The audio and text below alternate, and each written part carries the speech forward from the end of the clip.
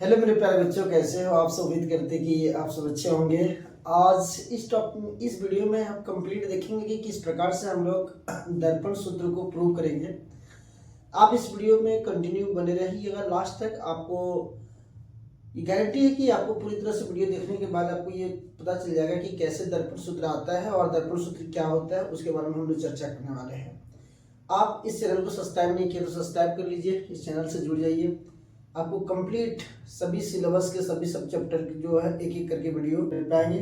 जैसा कि आपने एक ट्रिग्नोमेट्री का लॉन्ग वीडियो आप देखे होंगे, उसी प्रकार से धीरे धीरे सभी चीज़ें आप लॉन्ग वीडियो आएगी जिसमें आप कंप्लीट चीज़ों को समझ सकते हैं। ठीक है, तो बिना हम लोग ज़्यादा बात किए हम लोग आज चर्चा करते हैं कि दर्पण सूत्र को किस प्रकार से प्रूव किया जाता है। आइए हम बात करते हैं दर्पण सूत्र। इस वीडियो में हम लोग दर्पण सूत्र के बारे में देखेंगे, किस प्रकार से प्रूव किया जाता है। तो बेसिकली दर्पण सूत्र हम लोग कहते किसे हैं, ये तो अलग की बात हो गई, जब हम आपको पूरा फिजिक्स बताएंगे उसमें बताएंगे। अभी तो आप लोग देखिए कि दर्पण सूत्र जो होता है वो 1/u plus 1/v is equal to 1/f होते हैं। यहाँ पे बेसिकली u क्या है, एक बार से जो पोल है, ध्रुव है, वहां से वस्तु की दूरी, और ये v क्या है, जो ध्रुव से प्रतिबिंब की दूरी, और f क्या होता है, फोकस दूरी होते हैं। आई होप कि ये बात आपको कहीं ना कहीं पढ़े होंगे और आपको पता हो कि 1/u प्लस 1/v और 1/f होता है। ये बिहार बोर्ड के लिए बहुत इंपॉर्टेंट होता है, जैक बोर्ड में ज़्यादा नहीं पूछे जाते हैं, बट आप नॉलेज के पर्पज से आप देख सकते हैं, याद रखेंगे। और बिहार बोर्ड में तो ये पूछा जाता है, इसलिए इसको विशेष करके आप ध्यान रखिएगा। सबसे पहले हम लोग इसमें क्या करेंगे, अगर क्वेश्चन आएगा कि जैसे देखिएगा, ये पूछ सकता है दर्पण में, बाबू या तो आपसे पूछ सकता है बच्चों कि अवतल दर्पण में, या फिर आपसे बोल सकता है कि उत्तल दर्पण में, दोनों में से जिसमें पूछ सकता है कि दोनों में से किसी में, कि यानी दर्पण सूत्र को प्रूव करें। तो बेसिकली आज की वीडियो में हम लोग देखेंगे कि अवतल दर्पण कैसे प्रूव किया जाता है, और फिर उसी प्रकार से हम लोग उत्तल दर्पण में देखेंगे। ठीक है, यहाँ पे ये एक इस प्रकार से अगर हम बनाए तो इसको हम लोग अवतल दर्पण कहेंगे। अगर इसका पीछे साइड क्या होगा, सैडेड पार्ट होगा, ये आप देख पा रहे हो अच्छी तरीके से। एक एक गौर से पहले देखिएगा प्यारे बच्चों, फिर आप नोट कीजिएगा, फिर आपको समझ में आ जाएगा कंप्लीट। तो ये हो गया आपका, यहाँ पे एक प्रकार से कह सकते हैं कि एक अवतल दर्पण, जिसमें अवतल दर्पण में एक हम लोग प्रिंसिपल एक्सिस को ड्रॉ करते खींचते हैं, उसका प्रधान अक्ष, मुख्य अक्ष अलग अलग नामों से जानते हैं। यहाँ पे इसका P फॉर पोल हो गया, जो भी इसको कहते हैं, और इसका एक सेंटर यानी हम लोग ले लेंगे यहाँ पे C, इसको ले लेते हैं C सेंटर, और एक इसके बीचों बीच ठीक लेते हैं F, जिसको हम लोग मुख्य फोकस कहते हैं। आपको कंप्लीट आज तो मैं केवल ये बता रहा हूँ कि किस प्रकार से हम दर्पण सूत्र को प्रूव करते हैं। हम कंप्लीट एक एक बात बताएंगे कि कैसे पोल क्यों बोलते हैं इसको, मुख्य फोकस से वक्रता केंद्र होते हैं किस प्रकार से, और कम जब स्टार्टिंग से आपको चैप्टर फर्स्ट जो प्रकाश का परावर्तन अपवर्तन रिफ्लेक्शन ऑफ लाइट है, तो उसमें हम लोग बात करेंगे। अभी हम लोग देखते हैं, अगर हम इस अवतल दर्पण के सामने यानी कि इस C यानी C4 क्या होगा, वक्रता केंद्र, यहाँ से थोड़ा सा ई साइड अगर दूरी पर हम क्या करते हैं, देखिए जरा सा, यहाँ से हम लोग क्या कर रहे हैं, एक वस्तु को रख रहे हैं, एक कोई भी ऑब्जेक्ट को ले लिए, इस ऑब्जेक्ट का नाम हम रख लेते हैं A, और यहाँ रख लेते हैं इसका नाम B, AB। अगर यहाँ से इसके पैरेलल यानी कि प्रकाश किरणें जाएगी, आपको पता है कि देखिए जब कोई वस्तु या किसी चीज़ों से, किसी सोर्सेज से अगर लाइटें आती हैं प्रिंसिपल एक्सिस के समांतर, तो ये दर्पण से परावर्तन के बाद एक ये मुख्य फोकस जो हम लोग बोल सकते हैं, इससे होकर के ये गुजरती है। ठीक है, यानी इस प्रकार से आप कह सकते हैं। इधर हम देखिए दूसरी प्रकार की किरणें हम लोग यहाँ पे सेंटर से होकर लेके चलेंगे। देखिए तो ये सेंटर से होकर अगर जाएगा तो पुनः फिर से यहाँ पे हम बोल सकते हैं कि देखिए जरा सा, इसको एक बार फिर से सीधा बना लेते हैं, थोड़ा सा लाइन सीधी ड्रॉ करते हैं ताकि आप बेहतर समझ पाओ और आपको अच्छी लगी देखने में भी। तो यहाँ से हम लोग इसको ड्रॉ कर लिए, ये हो गया आपका एक किरणें। देखिए वस्तु से एक किरणें प्रिंसिपल एक्सिस का समांतर आया, और एक मुख्य फोकस ये वक्रता केंद्र से होकर आया। तो आपको पता है कि जो वक्रता केंद्र से आ होके जाएगा वो पुनः परावर्तन के बाद उसी पथ पर लौट जाएगा, और अगर कोई समांतर गया तो दर्पण से परावर्तन के बाद यानी कि यहाँ पे मुख्य फोकस से होकर के गुजरेगा। ये एफ रिलीज का मान, ये सी है। क्लियर है बच्चों यहाँ तक? उम्मीद करते हैं कि आप ये बात समझ पा रहे होंगे। आइए बच्चों, पहले एक अपतन दर्पण लेते हैं। यहाँ पे इसका मुख्य फोकस हो गया, ये वक्रता केंद्र हो गया। इससे दूरी पर यानी कि हम कह सकते हैं अनंत और यहाँ पे वक्रता केंद्र के बीच एक वस्तु रखते हैं। तो यहाँ से एक प्रकाश की किरण समांतर जाती है, जो प्रिंसिपल एक्सिस के प्रधान एक्सिस के समांतर जाती है। तो दर्पण से परावर्तन के बाद मुख्य फोकस को गुजरती है और यहाँ पे एक वक्रता केंद्र से हो जाती है, दर्पण से परावर्तन के बाद पुनः इसी पथ पर लौट जाती है। आपको पता है कि जहाँ दोनों रेखाएं आपस में प्रतिच्छेद करेगी वहीं पे इसका इमेज फॉर्मेशन होगा, यानी इसका प्रतिबिंब बनेगा। तो इस प्रकार से हम कह सकते हैं ये ए डैश और ये हो गया आपका बी डैश। ये क्या हुआ? ए डैश और बी डैश, ये हुआ आपका प्रतिबिंब। ए डैश और बी डैश क्या है यहाँ पे? ये प्रतिबिंब है। ए डैश और बी डैश प्रतिबिंब है। चलिए हम इसको थोड़ा सा और बोल्ड कर दें ताकि आप समझ पाओ। ठीक है, ये वीडियो काफ़ी लेट नाइट बना रही है, इसलिए थोड़ी सी आवाज़ में अगर आपको लगे उस तरह से तो प्लीज़ मैनेज करेंगे, तो ध्यान रखिएगा। यहाँ पे हम लोग कुछ ले लेते हैं इसका नाम। अगर ये थोड़ा सा जो पास में ले आते हैं तो ये एफ हो गया आपका, यहाँ पी, तो इसको हम लोग रख लेते हैं एन। इसको हम लोग कोई दर्पण को एम और एम डैश कर देते हैं। ठीक है बच्चों, आइए सबसे पहले हम लोग इसको यहाँ से लिखते हैं, सॉल्व करते हैं। अगर सॉल्व करेंगे देखिए सबसे पहले तो हम लोग लिखेंगे परिकल्पना। देखिएगा यहाँ से हम सॉल्व करते हैं, आप थोड़ा ध्यान रखिएगा सोल्यूशन में।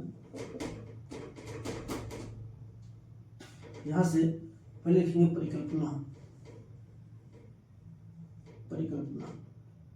परिकल्पना में हम लोग क्या देखेंगे कि जो इसमें हम लोगों ने एक परिकल्पना, एक इमेज की, मतलब फॉर्मेट किए बनाए हैं, जो बात सोच के जिसको जो मानते हैं उन बातों को लिख देना, ताकि एग्जामिनर जब देखे इन बातों को तो समझ जाए कि हाँ किस प्रकार से क्या क्या चीज़ें, ये क्या है, ये क्या है, इस प्रकार से। अगर आप समझ रहे हो कि ये अवतल दर्पण है, ये यहाँ प्रकाश किरण है, ये वस्तु है, ये प्रतिबिंब है, ए डैश और बी डैश, लेकिन आप एग्जाम जब देंगे, एग्जाम में लिखेंगे तो एग्जामिनर कैसे जानेंगे कि ये सच में वो चीज़ें है या नहीं है? ठीक है, तो इसलिए हम लोग कहीं ना कहीं यहाँ पे इनके बारे में सारी बातें लिख करके देना होगा। हम लोग को ये लिख करके देना है, तभी वो समझ पाएंगे कि हाँ एक्चुअल में हम लोग इसको क्या क्या माने हैं। तो देखिए यहाँ से लेते हैं कि माना एम डैश एक अवतल दर्पण है। क्या वो समझ सकते हैं कि एम और एम डैश यहाँ पे क्या लिए? एक अवतल दर्पण। और मैं अभी यहाँ एम और एम डैश ही ले रहा हूँ क्योंकि मैंने जब क्लास में भी बताया था आप लोग को, तो वहाँ पे भी एम डैश और एम डैश ही लिए थे, इसलिए आप अपना कॉपी से मैच कर लीजिएगा। तो हम यहाँ पर नाम बदल देते कुछ, तो आपका कॉपी वाला थोड़ा सा ये अलग अलग डिफरेंट हो जाते, तो आप थोड़ा कन्फ्यूज कर जाते। ठीक है, इसलिए मैंने वही नाम रखा जो आपको मैंने क्लास में बताया। ठीक, तो देखिए दर्पण है। अगर हम देखें तो यहाँ पे एक यानी वस्तु है, तो हम कह सकते हैं दर्पण है एवं अनंत एवं सी के बीच, सी मतलब क्या हो गया यहाँ पे? वक्रता केंद्र के बीच एक वस्तु ए बी है। देखिए एक ही लाइन लिख रहा है ताकि जिस तरह से आप याद रख सको। वस्तु है ए डैश बी डैश, प्रतिबिंब है जो सी एवं एफ के बीच स्थित है। यानी बच्चों जो केवल इस वीडियो को देख रहे हैं, जो हमारे कोचिंग में नहीं पढ़ते हैं, उनको तो लगेगा कि हाँ ये सी एफ क्या है, लेकिन जो कोचिंग में पढ़े हैं उनको ये बात पता होगा कि यहाँ पे एफ क्या है और सी क्या है। ये मुख्य फोकस और ये वक्रता केंद्र हो गया, इतना है। तो शॉर्ट लिख देते हैं, लाइट लिखते हैं। तो हमें सिद्ध करना है कि 1/u plus 1/v is equal to 1/f। यहाँ पे आप देख पा रहे होंगे, इन्हीं बातों को हम लोग को प्रूव करके दिखाना है। चलिए बच्चों, यहाँ तक कोई डाउट? एम हमारा एम डैश एक अवतल दर्पण है एवं अनंत यहाँ पे एवं अनंत एवं सी के बीच, यहाँ पे अनंत एवं सी के बीच एक वस्तु ए बी है। ए डैश बी डैश प्रतिबिंब है जो सी एवं एफ के बीच स्थित है। तो हमें सिद्ध करना है कि उल्टे यू प्लस उल्टे वी बराबर है। और दर्पण सूत्र में क्या होता है? प्लस होते हैं, तो यहाँ पे प्लस ध्यान रखेंगे। उम्मीद करते हैं कि ये बात आपको समझ आ गई। ठीक है, आइए हम लोग आगे की बात करते हैं, कैसे कैसे ध्यान रखेंगे। सिद्ध करने के लिए हम लोग यहाँ से लिखते हैं, देखिएगा, ताकि एक ही बार में पूरा कवर हो जाए। ठीक है, चलते हैं। त्रिभुज, अब ले लेते हैं अब त्रिभुज ध्यान रखिएगा। अब त्रिभुज कौन सा बात करेंगे हम लोग? एक त्रिभुज ये वाला पूरा देखिए, जो इस प्रकार से ये त्रिभुज है ना आपके पास, ये त्रिभुज यहाँ पे ऐसे त्रिभुज देखिएगा। और एक त्रिभुज ये वाला हो गया। उम्मीद करते हैं कि आप ये दोनों देख पा रहे होंगे। ठीक है, देखिए त्रिभुज ए बी सी एवं त्रिभुज यहाँ पे ए डैश बी डैश सी, यानी ए डैश बी डैश सी में। ओके, यहाँ तक क्लियर है बच्चों? हाँ सर क्लियर, बिल्कुल क्लियर है। यहाँ पे एक त्रिभुज मैंने ये लिया और एक त्रिभुज ये लिया होगा। देखिए दोनों को थोड़ा सेलेक्ट कर दिए ताकि आप अच्छी तरीके से समझ पाओ कि मैं किन दो त्रिभुजों की बात यहाँ पे कर रहा हूँ। ठीक है, चलिए आगे बढ़ते हैं हम लोग। ये बात है, इसमें आप कुछ नोटिस करेंगे, गौर करेंगे कि यहाँ पे ए डैश बी डैश सी में दो त्रिभुज हो गया। तो इसमें देखेंगे आप यहाँ पे एंगल, इस त्रिभुज में एंगल की बात करते हैं। जस्ट एक मिनट, क्योंकि मुझे टाइम दीजिएगा, हम इसमें इंक डाल लेते हैं। आगे बढ़ते हैं, हो चुका है। इसमें देखिए आप त्रिभुज ए बी सी में एंगल ए बी सी बराबर एंगल, इसमें देखिएगा ये एंगल 90 डिग्री है। तो एंगल यानी कि बोल सकते हैं A dash B dash C, angle A dash B dash C is equal to, ये बराबर होगा किससे? 90 डिग्री से, यानी समकोण से। ठीक है, ये दोनों देख सकते हैं। इसी प्रकार यहाँ पे देखेंगे, अब ये एंगल की बात कर रहे हैं, ये वाला और ये वाला, यहाँ पे दोनों तो हो जाएगा एंगल ए सी बी बराबर एंगल, यहाँ पे बोल सकते हैं ए डैश सी, और यहाँ बोल सकते हैं बी डैश। ये भी आपस में बराबर होगा किससे? शीर्षा भी मुख्य कोण, शीर्षाभिमुख कोण से। उम्मीद करते हैं बच्चों यहाँ तक आपको समझ में आ गया होगा। एकदम मस्ती से देख लेना आराम से, आपको ये समझ में आ जाएगा, कोई दिक्कत नहीं है। अगर किसी दो त्रिभुज में दो एंगल बराबर है तो तीसरा एंगल भी हम कह सकते हैं कि अगर इस त्रिभुज में ये दोनों एंगल बराबर है, ये भी बराबर है, इसके ये बराबर 90 डिग्री, ये दोनों शीर्षाभिमुख है, तो ये कोण भी आपस में क्या होगा? बराबर होगा। तो हम बोल सकते हैं एंगल बी ए सी बराबर एंगल, उसमें देखिए इसमें ये वाला था, इसमें यहाँ पे, फिर हम लेते हैं बी डैश ए डैश सी बराबर होगा ये बराबर होगा। आप इसको लिख सकते हैं, नहीं लिख सकते, कोई दिक्कत नहीं है, यानी कि यहाँ पे दोनों बराबर होगा। अब जब देखिए बच्चों बराबर होगा में, ये दोनों बराबर होगा, तो हम बोल सकते हैं कि चूंकि बराबर होगा इसीलिए त्रिभुज ए बी सी समरूप त्रिभुज ए डैश बी डैश सी, क्योंकि यहाँ पे तीनों चीजें बराबर है। तो एंगल से बोल सकते हो, एंगल से बोल सकते हो। ठीक है, दोनों समरूप होते हैं, एंगल से समरूप हो गया, कोई दिक्कत नहीं आता है। आगे बढ़ते हैं इसी प्रकार से। देखिए अगर एक चीज ध्यान रखिएगा, अगर दो त्रिभुज समरूप है तो उसके संगत भुजा का अनुपात भी क्या होते हैं? बराबर होते हैं। तो हम लोग इस हिसाब से लिख सकते हैं। देखिए ए बी बट्टा में इसका ए बी, इसका लंब क्या हो जाएगा? ए डैश बी डैश बराबर इसका आधार होगा BC, इसका आधार होगा BC, इसका आधार क्या हो जाएगा B डैश C डैश बच्चों, क्या होगा B डैश C, यहाँ पे ये दोनों आपस में क्या हुआ बराबर हो जाएगा। इसको इक्वेशन नंबर 1 मान लिया। चलिए बच्चों यहाँ तक कोई दिक्कत देख लीजिए, अगर दो त्रिभुज समरूप होते हैं तो उसके संगत कोण भी क्या होता है आपस में, संगत भुजाओं का अनुपात क्या होता है बराबर होता है, जो मैंने यहाँ पे लिखा।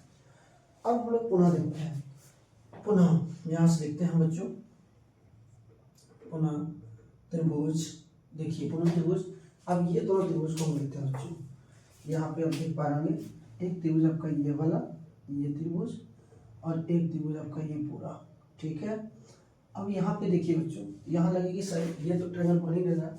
यहाँ एक पॉइंट आप ध्यान रखेंगे वो कि n जो है वो P के बहुत निकट है, n जो है वो P के क्या है बहुत निकट है, इसलिए दोनों त्रिभुज को हम लेते हैं यहाँ पे। तो दोनों त्रिभुज को लेते हैं, जिसमें देखिए त्रिभुज क्या ले लेते हैं यहाँ से, A dash B dash F, A dash B dash F एवं त्रिभुज उधर देखिए PNF में, ये दोनों आपस में क्या ले लिए दोनों त्रिभुज। देखिए यहाँ पे आपको रेड पार्ट कर दिया, तो आप इस तरह से देख सकते हैं। चलिए हम ऐसे लिखते हैं, जिसमें आप देख पा रहे होंगे इसमें भी एंगल, अगर इसमें एंगल हम लोग देखते हैं ये वाला, और इसमें एंगल देखते हैं हम लोग ये वाला, आपस में बराबर है, तो बोल सकते हैं angle A dash B dash F बराबर एंगल, उसमें देखिए बच्चों NPF बराबर होगा 90 डिग्री से। कोई दिक्कत, ये दोनों त्रिभुज में होगा। यहाँ पे देखेंगे आप, देखिए ये त्रिभुज में, इसमें भी ये एंगल ये 90 डिग्री, ये 90 डिग्री। क्यों सर? क्योंकि NP के बहुत निकट है, मैंने क्लास में डिस्कस किया था, बताया था, ठीक है। यहाँ पे भी देखिए ये दोनों एंगल आपस में शीर्षाभिमुख कोण से बराबर होगा, तो हम लिख सकते हैं, जरा देखिए A dash angle A dash, उसके बाद F और B dash is equal to angle, इधर से लिखेंगे PFN ले लेते हैं, यानी यहाँ एंगल PNF नहीं PFN ये आपस में बराबर होगा किससे? शीर्षाभिमुख कोण से, मुख्य कोण से। उम्मीद करते हैं कि आप इस समझ लोगे। अगर किसी दो त्रिभुज में दो कोण बराबर है तो तीसरा भी बराबर होगा, हम लिख सकते हैं एंगल, यहाँ पे ये दोनों देखिए एंगल ये वाला और एंगल इसका ये, यहाँ लिख सकते हैं हम angle B dash A dash F बराबर एंगल वो वाला लेते हैं PNF, क्या होगा यहाँ पे बराबर होगा ये दोनों। अगर इसमें इस त्रिभुज में ये 90 डिग्री ये 90 डिग्री, इस त्रिभुज में ये दोनों आपस में शीर्षाभिमुख कोण से बराबर, तो ऑब्वियसली ये दोनों भी आपस में बराबर होगा, जो रेस्ट बच गया। अगर दो चीजों में से ये 3 उंगली है, हम ये बोल सकते हैं अगर ये दोनों में से कोई दो बराबर हो रहा है तो ऑब्वियसली है इसका मतलब तीसरा बराबर होगा, तो इस बेसिस पे हम कर सकते हैं, ठीक है।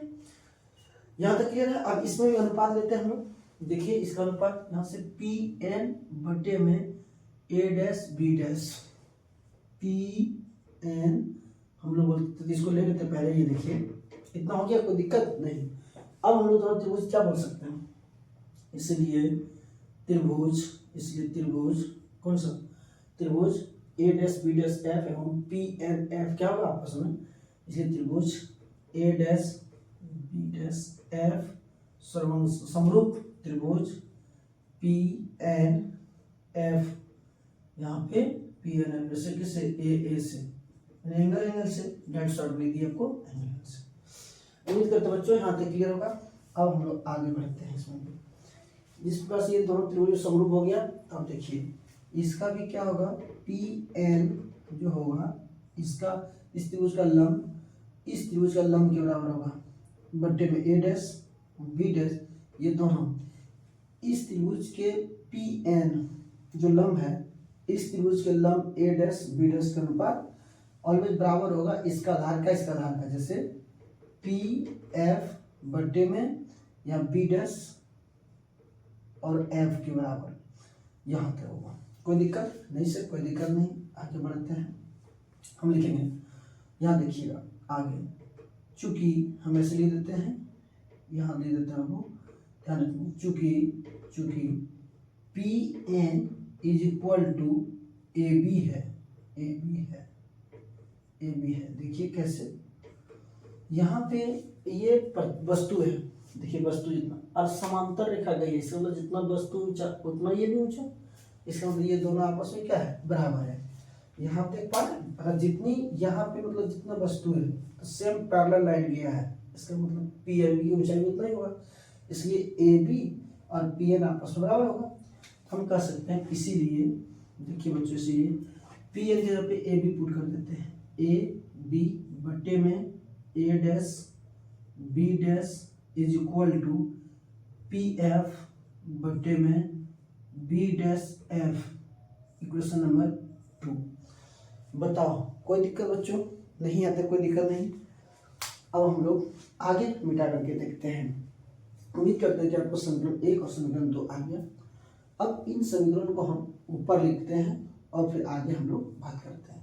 अब यहाँ से एक चीज हम क्लियर कर लेते हैं कि देखिए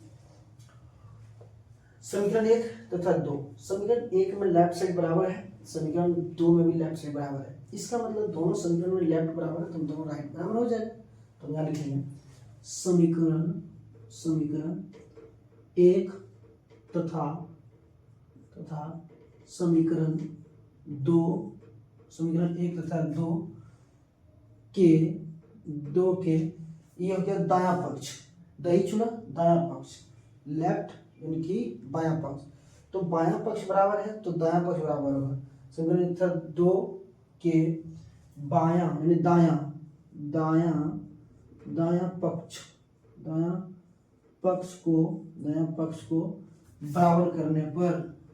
को बराबर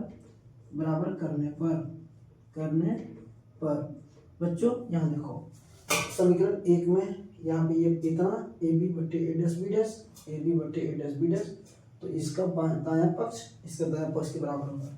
तो हम बोल सकते हैं बी सी बट्टे में बी डैश सी बराबर बी सी बट्टे में बी डैश सी बराबर होगा पी एफ बट्टे में बी डैश एफ के बराबर होगा।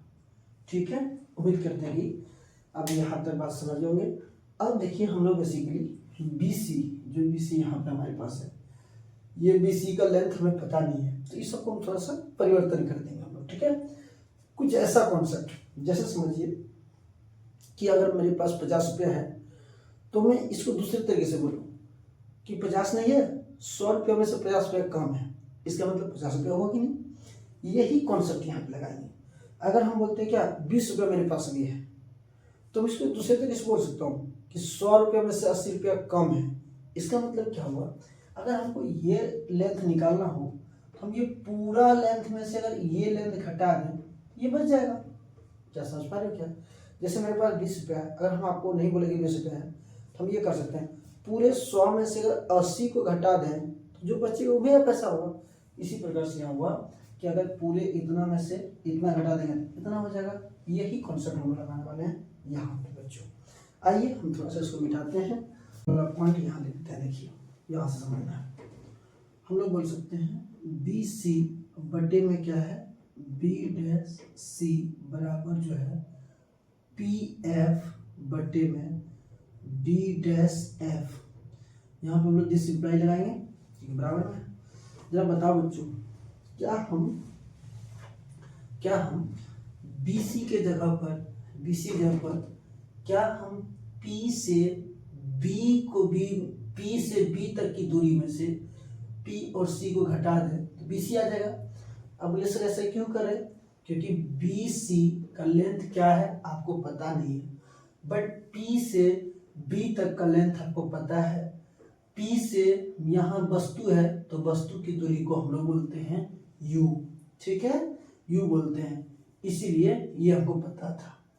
अगर हम P से C तक की दूरी को घटाते हैं तो बच्चों P से C तक की दूरी होता है कैपिटल R, यानी वो करता है त्रिज्या, तो हमें पता था, इसलिए हम लिख सकते हैं बच्चों। मैं देखो तुम यहाँ पे, आप देखिए यहाँ पे पूरे में PB में से हम PB में से PC को घटा देंगे, हो गया ऊपर वाला।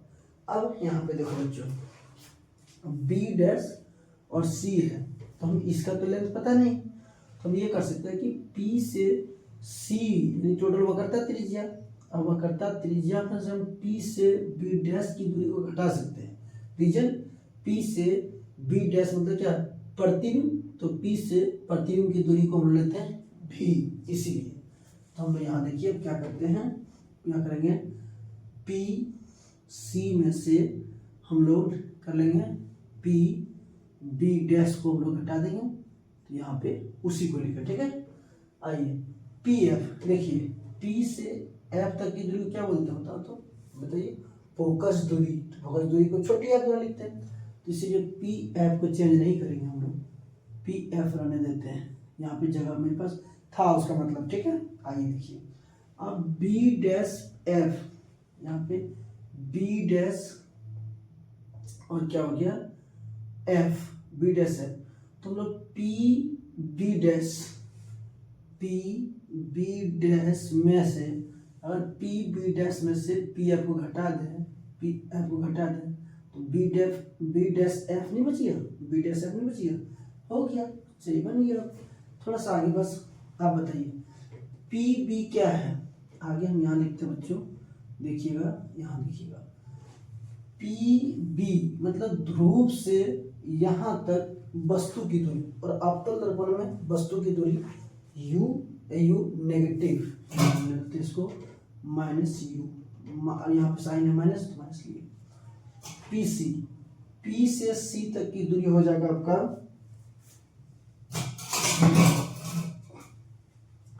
P से C तक की दूरी हो जाएगा आपका, यहाँ पे वो करता है त्रिज्या मतलब माइनस R, चलिए कोई दिक्कत बच्चों नहीं सर। अब देखो यहाँ पे फिर से P से C तक की दूरी को बोलते हैं वो करता है त्रिज्या माइनस R, और यहाँ माइनस है। PB डैश, तो ये क्या हो जाएगा आपका, यहाँ PB डैश यानी बस प्रतिबिंब की दूरी, प्रतिबिंब दूरी को बोलते हैं हम लोग माइनस भी बराबर PF तो क्या होगी फोकस दूरी, और फोकस दूरी इधर नेगेटिव होता है तो माइनस F। बच्चों अगर आपको लगता है कि सर ये कैसे माइनस प्लस ले रहे हैं, क्या क्या चीज़ें हैं, तो बेशक आप कमेंट करेंगे, हम आपको जरूर पूरी तरह से ये चैप्टर को पढ़ाने वाले हैं, ठीक है। PB डैश यानी कि प्रतिबिंब है, तो PB डैश यानी कि V, तो हो जाएगा माइनस V, यहाँ पे माइनस था PB डैश माइनस PF यानी कि माइनस F बच्चों फोकस दूरी, ठीक है। बस मान गया, क्रॉस मल्टीप्लिकेशन करते हैं हम लोग, देखिए आगे क्या होगा, ये माइनस U और माइनस माइनस प्लस R बट्टे में minus R minus minus plus V बराबर माइनस F बट्टे में minus V minus minus plus F। बच्चों यहाँ पे हम लोग क्रॉस मल्टीप्लिकेशन करते हैं, ठीक है। तो R देखिए, ये R को पहले ले लिए, अब माइनस वाला को हम लोग माइनस U और इंटू ये वाला हो जाएगा, तो F और माइनस V देखना, और बराबर इधर माइनस तो F है ही, और ये नीचे ऊपर आ जाएगा, तो V पहले प्लस वाला लिख लिए और माइनस R, यहाँ तक ठीक है बच्चों। अब आगे देखिएगा R इंटू F, R यानी plus into minus, R into V, RV minus plus minus U into V, U into F, UF बच्चों minus minus plus U into V, UV बराबर माइनस प्लस माइनस, यहाँ F भी minus minus plus F into R F. अब देखो बच्चों equal में है, दोनों साइड पॉजिटिव है तो कट जाएगा, आर एफ कट गया। यहाँ क्या बचा हमारे पास, माइनस आर भी minus U F plus you भी बराबर माइनस एफ भी। ठीक है, अब यहाँ पे हम लोग को एक चीज करना पड़ेगा बच्चों। देखो हमारे पास आर की हमें कोई जरूरत नहीं है, क्योंकि आप जानते हो 1/u प्लस 1/b बराबर 1/f चाहिए हमको, यानी आर कहीं नहीं दिख रहा है, इसीलिए हम लोग आर को हटाते हैं। आपको पता है कि ये फोकस दूरी के दो गुनी पर वक्रता क्या त्रिज्या होती है, फोकस दूरी की दुगुनी वक्रता त्रिज्या होती है। तो हम बोल सकते हैं कि वक्रता त्रिज्या की, हम बोल सकते हैं वक्रता त्रिज्या जो आर होता है ये क्या होता है 2f, फोकस दूरी की 2 गुना होती है। ये बात देखो, तो क्या हम आर जगह पे 2f लिख सकते हैं, ये सब लिख सकते हैं। तो हम लोग देखिए कैसे लिखेंगे, यहाँ पे माइनस लिखे, आर की जगह पे 2f लिखे, भी लिखे minus U F plus you भी बराबर माइनस एफ भी। ये इधर माइनस में है, उधर ले जाते हैं प्लस में। देखिएगा इधर बचा क्या, minus U F plus you भी बराबर माइनस एफ भी, और ये माइनस में है प्लस 2f भी। देखो बच्चों यहाँ पे थोड़ा सा इसको मिटा लेते हैं। जब देखिए ये पूरा मिटाने के बाद हम आपको बता रहे हैं, जैसे यहाँ पे देखो इसको ले लेते हैं u, यहाँ पे u minus U F plus you भी बराबर, यहाँ पे देखो 2f भी में से f भी चल जाएगा तो क्या बचेगा, f भी बचेगा। अब यहाँ बच्चों देखना दोनों तरफ u भी f से भाग करने पर देखिएगा क्या होगा, माइनस यू एफ बटे में, हम ऐसे लिखते हैं, चलिए आप लोग समझते हैं थोड़ा सा, प्लस यू एफ भी यू भी बटे में यू भी एफ, यहाँ पे आगे देखिए वो यू थोड़ा सा ढंग से ले लेते हैं, बराबर एफ भी बटे में यू भी एफ। लेट के थोड़ा सुस्त हो गया है, अब लग रहा होगा, कोई नहीं, देखते हैं यहाँ से अलग अलग भाग देंगे, माइनस यू एफ बटे में यू भी एफ प्लस यू भी बटे में यू भी एफ बराबर, यहाँ देखिए बच्चों एफ भी कट गया, एफ और भी कट गया, 1/u बचा। यहाँ देखेंगे क्या होगा, यहाँ से यू एफ, यू और एफ कट गया, यू भी कट गया, यहाँ बचा माइनस 1 ऊपर में नीचे में भी प्लस 1 ऊपर में नीचे में एफ बराबर 1/u। ठीक है बच्चों, मैं समझ लास्ट ये करते हैं, उसको मिटाते नहीं। यहाँ देखेंगे यहाँ पे 1/f इधर रख लिए बराबर 1/u तो है ही, u है, 4 नहीं पढ़ना इसको, u है, और माइनस में इधर आके क्या हो जाएगा प्लस में 1/v। हम लोग का क्या हुआ देखिए, ये हम लोग फाइनली कर दिए PROPED प्रूव। तो प्यारे बच्चों ये था अवतल दर्पण में, हम लोग अवतल दर्पण में उसका दर्पण सूत्र को प्रूव किए। उम्मीद करते हैं कि आपको समझ में आ गया होगा, नहीं तो कमेंट में बताना। अगर आपको ऐसा होगा तो हम लाइव क्लास में पढ़ा देंगे जिसमें आप पूछ पाओगे, और अभी लेट नहीं हो गया तो इस कारण से थोड़ा सा हम माफ़ी चाहते हैं कि हम भी बड़ा सुस्त हो गए। लगभग आई थिंक कितना बजता होगा पता नहीं, मोबाइल तो वीडियो रिकॉर्ड हो रहा है कि पता नहीं, अप्रोक्स अभी 2:30 बजता होगा। ठीक है, तो मिलते हैं एक नए वीडियो के साथ, और इसी तरह लॉन्ग वीडियो के पास आएगा, आप इसको देखते रहिए, आराम से समझिए। कोई दिक्कत हो तो दिए नंबर पर कॉन्टैक्ट कर लीजिएगा, कॉल कर लीजिएगा, मैसेज कर लीजिएगा, व्हाट्सअप कर लीजिएगा। हमारी कोचिंग के आसपास क्या बच्चे हैं तो कोचिंग आ जाइए, कोचिंग वाले बच्चे अगर देख रहे हैं तो आपको डाउट है तो आप क्लास में पूछ लेंगे। ठीक है, तो मिलते हैं नए वीडियो में, तब तक के लिए आप हंसते मुस्कुराते रहिए और अच्छे से पढ़ाई कीजिए। पढ़ाई लिखाई बहुत जरूरी है जीवन में, एक अच्छे जीवन देने के लिए। ठीक है, तब तक के लिए बाय।